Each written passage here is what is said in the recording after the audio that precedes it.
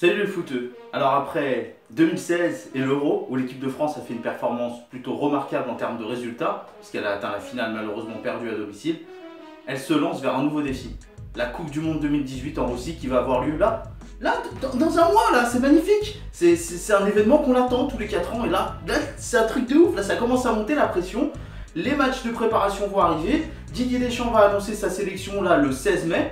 Donc moi je vous propose d'annoncer la mienne. Alors je vous préviens tout de suite, ce sont mes 23, c'est ma sélection, c'est ce que j'ai choisi. Vous pouvez donner votre avis dans les commentaires, un avis respectueux et constructif s'il vous plaît, argumenté. En tout cas, moi je vais vous donner mes arguments et pourquoi j'ai choisi tel et tel joueur. C'est parti, on va commencer par les 3 gardiens. Les 3 gardiens c'est quand même simple, Lloris, Mandanda et Areola.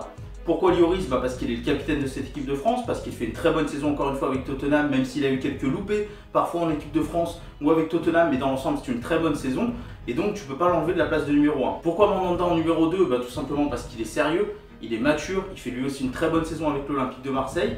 Il va revenir pour la finale de l'Europa League je pense, il a été blessé là récemment, il a manqué à l'OM même si Pelé a bien assuré l'intermédiaire avec quelques bourdes aussi, mais bon dans l'ensemble ça s'est plutôt bien passé notamment en demi-finale de Ligue Europa. Et puis parce qu'il peut beaucoup apporter au groupe. Et si jamais Lloris se blesse ou qu'il est expulsé, tu sais très bien que Mandanda peut prendre la relève très facilement. Et puis Areola, pourquoi pas Lecomte? Tout simplement parce que Areola est plus l'avenir que Lecomte. Lecomte a 27-28 ans il me semble. Areola est un petit peu plus jeune. Il fait une très bonne saison lui aussi avec le Paris Saint-Germain, notamment en Ligue des Champions. On l'a vu contre le Real Madrid. Et du coup pour moi c'est un peu plus l'avenir, alors direct parce que j'aurais bien pris Alban Lafont, mais il est encore un peu jeune, il doit encore faire ses armes en équipe de jeunes, mais l'avenir vraiment ce serait plutôt des gens comme Lafont, Nardi, plutôt des gardiens comme ça, ou Bernardoni, plutôt des gardiens comme ça, mais bon en tout cas je mets Areola en numéro 3. C'est parti, on passe aux 8 défenseurs, 8 défenseurs, 4 centraux et 4 latéraux, 2 à droite et 2 à gauche, et à droite on va commencer par Debuchy qui sera titulaire avec moi. Donc tout simplement parce que il arrive à 32 ans, il est expérimenté en bleu notamment. Il fait une très bonne deuxième partie de saison avec Saint-Etienne. C'est lui qui insuffle vraiment l'élan, l'envie d'aller de l'avant. C'est lui qui apporte sa maturité et il est très bon défensivement. Et pour le suppléer, Bouna Sarr, qui vraiment progresse de jour en jour, de semaine en semaine. On voit progresser sous les ordres de Rudy Garcia avec l'OM à ce poste de latéral droit. Défensivement, c'est de mieux en mieux. Offensivement, il apporte énormément. Il peut apporter de la fraîcheur en cours de match. Côté gauche, le retour de Benjamin Mendy le propulse forcément titulaire pour moi. Il est solide, il est très bon dans ses percées vers l'avant, il est très bon dans les centres. Il a très peu joué cette saison, mais je ne doute pas qu'il soit très performant. Et en remplaçant, je mets Jérôme Roussillon. Et ouais, le défenseur gauche montpelliérain a fait une très bonne saison. Alors là, il est un petit peu blessé. Si jamais sa blessure durait plus loin, parce que normalement il doit revenir le 15 mai ou quelque chose comme ça, eh bien je prendrais bien entendu le petit Lucas Hernandez. Mais Lucas est plus habitué à jouer défenseur central, il est un défenseur gauche. Il joue défenseur gauche avec l'Atlético, mais pas tout le temps. Et il est moins percutant dans ses montées, alors que Roussillon, très bon défensivement, très percutant offensivement, capable de frapper aussi au but. Les 4 centraux, Varane, Umtiti pour les titulaires en absence de Koscielny, je mets Varane, Umtiti. J'espère qu'il y a un patron qui va quand même se dégager, même si on a Debuchy qui apporte toute son expérience, on a Lloris qui est derrière en capitaine, mais j'espère qu'ils vont prendre un petit peu de l'ampleur parce que dans leur club ils sont un peu dans l'ombre de Piqué et de Ramos, même si Varane fait une bonne saison et Umtiti aussi avec le Barça et avec le Real. Mais bon, j'espère qu'ils vont être plus punchy, voilà, plus dans l'envie. En remplaçant, je mets Kimpembe bien entendu, puisqu'il prouve à chaque sortie avec le PSG qu'il est très performant, qu'il a la niaque, qu'il est bon défensivement. C'est l'avenir de l'équipe de France. Et en quatrième, et là c'est un gros choix de ma part, c'est Adil Rami. Pourquoi Adil Rami? Tout simplement parce que sa saison est bonne avec l'OM. Alors vous me direz, il y en a d'autres comme Aymeric Laporte. Pourquoi tu prends pas Aymeric Laporte? Tout simplement parce que je veux apporter un défenseur numéro 4 qui est de la maturité, qui est, j'allais dire une joie de vivre, mais qui apporte au groupe en fait. Et Adil Rami fait partie de ça, qui puisse donner des conseils parce que lui est un patron de défense. Et même si son niveau n'est pas à celui de Umtiti, Varane ou Kimpembe, lui c'est un patron de défense. Et lui il va pouvoir dans les entraînements, lui il va pouvoir conseiller, lui il va pouvoir discuter et lui il va pouvoir amener une harmonie dans cette défense et je pense que c'est ce qu'il faut à l'équipe de France. C'est parti, on passe au milieu de terrain. Et au milieu de terrain, tout simplement, moi je vois plus l'équipe de France jouer en 4-3-3 ou en 4-2-3-1, mais en tout cas une équipe de France qui joue dans les pieds. Une équipe de France qui combine. Et on va partir sur un 4-3-3 et mes 3 milieux, ce sera Kanté, Que dire? Le mec est énorme à la récupération de balles, le mec peut casser des lignes, il peut marquer même si c'est rare, il s'avance rarement jusque pleinement dans la surface, c'est plus aux abords de la surface, mais en tout cas c'est un réel plaisir de le voir et c'est un réel atout l'avoir dans l'équipe. Milieu gauche, Matuidi, le box-to-box, le mec qui fait une très bonne saison à la Juve, le mec qui aurait jamais dû laisser partir le Paris Saint-Germain. Franchement, c'était une affaire pour la Juve et Matuidi va apporter sa maturité et il va apporter aussi ses talents défensifs, d'accord, son envie et aussi ses percées vers l'avant. Et puis en milieu droit, bien sûr, Pogba, à qui je vais donner des libertés, à qui je vais pouvoir permettre de transférer le jeu de la défense à l'attaque. Il peut être fluide, alors ça n'a pas été si simple que ça avec Manchester United, mais quand il joue, sincèrement, il a la niaque. On a vu qu'il a donné des victoires à Manchester United récemment. On voit qu'il fluidifie le jeu, il n'y a pas de souci. Et en remplaçant, j'en prends uniquement deux, ce sera Rabiot et Tolisso. Rabiot qui est bon, techniquement, qui peut apporter vers l'avant, qui peut jouer sentinelle. Et ouais, je suis désolé, même si sa maman veut pas, il peut jouer sentinelle, en tout cas il peut jouer à la place d'N'Golo Kanté. Et là, il sera remplaçant, bien entendu, dans cette équipe de France. Et il fait une bonne saison avec le PSG, même si je trouve que des fois, sa place au PSG, elle est un peu trop facile. C'est-à-dire qu'il se laisse un petit peu aller parce qu'il est titulaire à coup sûr. Donc du coup, pourquoi en faire plus alors que je peux en faire le minimum? Ça, c'est un petit peu dommage. Il va falloir que le PSG le bouscule là-dessus. Et Corentin Tolisso, en hauteur d'une bonne saison, il s'est bien adapté au jeu du Bayern. Il apporte au milieu de terrain, il est percutant lui aussi, il peut aller de l'avant, il peut revenir. On l'a vu, il peut faire les pistons par exemple avec un Vidal, avec un Thiago Alcantara, il peut faire des choses comme ça. Il peut marquer aussi, être décisif. Vraiment, je pense que là, on a 5 milieux de terrain très performants. Ensuite, on va passer au milieu plus offensif et aux attaquants. Alors, j'ai dégagé 3 titulaires devant.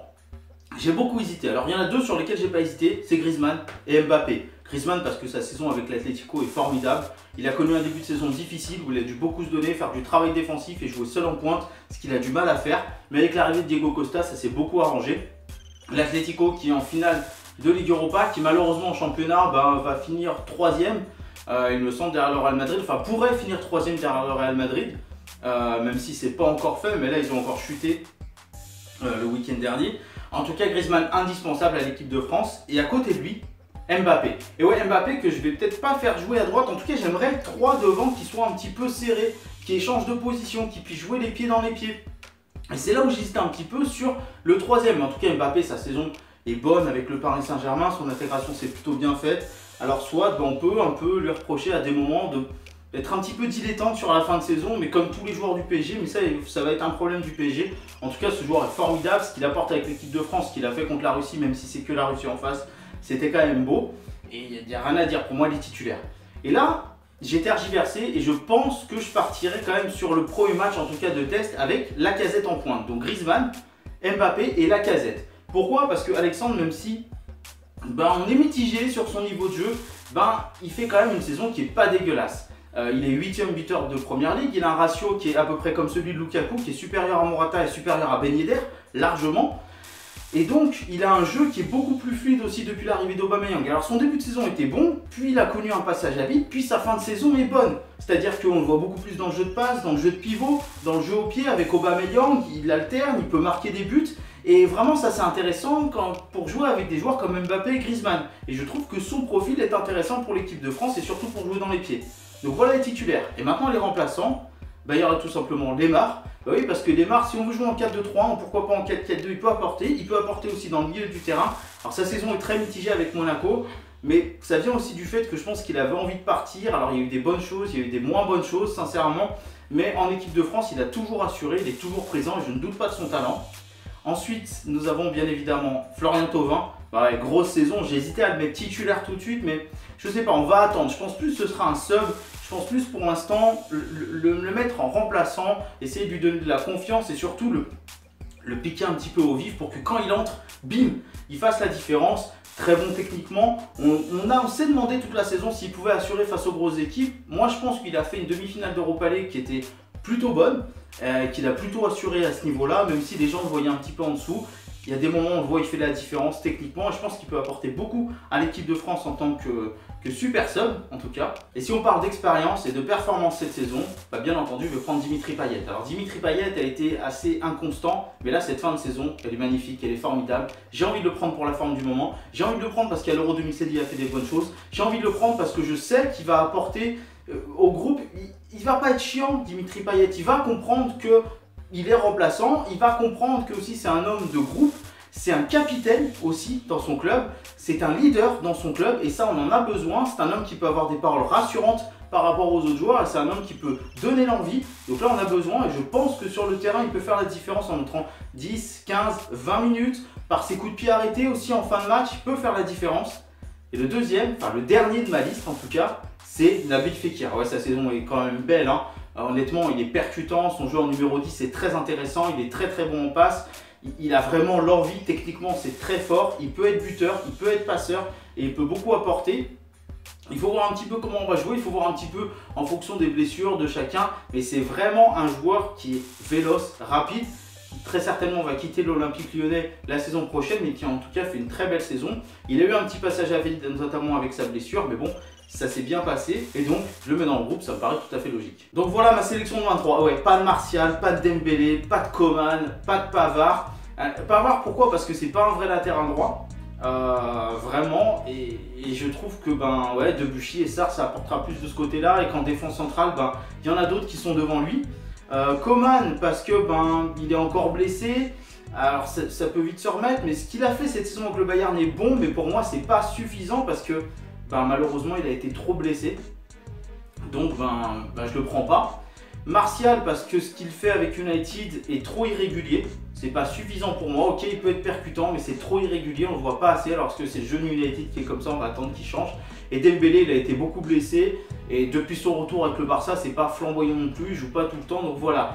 Au lieu de miser sur les potentiels qui peuvent être incroyables, je mise sur les joueurs qui ont été bons, très bons ou excellents cette saison et je mise sur la forme du moment, l'expérience et la fraîcheur par moment. Voilà mon équipe de France, mes 23. Mettez-moi vos 23 dans les commentaires, n'hésitez pas à me donner votre avis sur la mienne.